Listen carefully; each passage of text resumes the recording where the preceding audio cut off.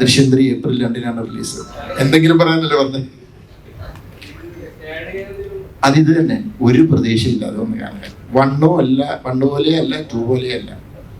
അതിനകത്തും ഞാൻ കുറച്ചുകൂടെ ജോർജ് കുട്ടിയുടെ ഇമോഷനിലൂടെയാണ് ഇപ്പോൾ ട്രാവൽ ചെയ്യുന്നത്. അങ്ങനത്തെ ഒരു സിനിമയാണ്.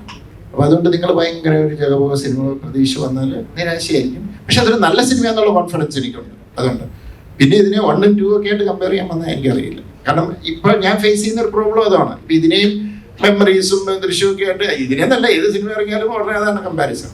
ഇതിനെനിക്ക് തോന്നുന്നത് ഇത് ഈ ട്രെയിലറിലും ടീസറിലും എവിടെയോ മെമ്മറീസിന്റെ ഒരു ഇത് വന്നു. ദൃശ്യം 1 മുമ്പ് മെമ്മറീസ് ഇറങ്ങി, ഇപ്പൊ ദൃശ്യം 3 വരുന്നു, അതിന് തൊട്ട് മുമ്പ് അതേ ജോണറിലുള്ള ഒരു പടം വരുന്നു. അങ്ങനത്തെ ഒരു ഫീലൊക്കെ വന്നോണ്ടായിരിക്കും. അതുകൊണ്ടാണ് ഞാൻ ഈ ഇന്റർവ്യൂലെല്ലാം പറഞ്ഞത് ഇതിനകത്ത് ട്വിസ്റ്റ് ഒന്നും ഇല്ല കേട്ടോ എന്ന് പറഞ്ഞു.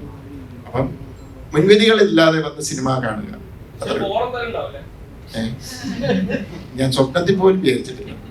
ഞാൻ ഇതുകൊണ്ടൊന്ന് അവസാനിപ്പിക്കാനുള്ള ശ്രമമാണ്. കാരണം ഇനി ആൾക്കാരെ എന്തുവേണേ നിർത്തിക്കൂടെ എന്ന് ചോദിച്ചു തുടങ്ങി. അതുകൊണ്ടാണ്. Okay, thank you.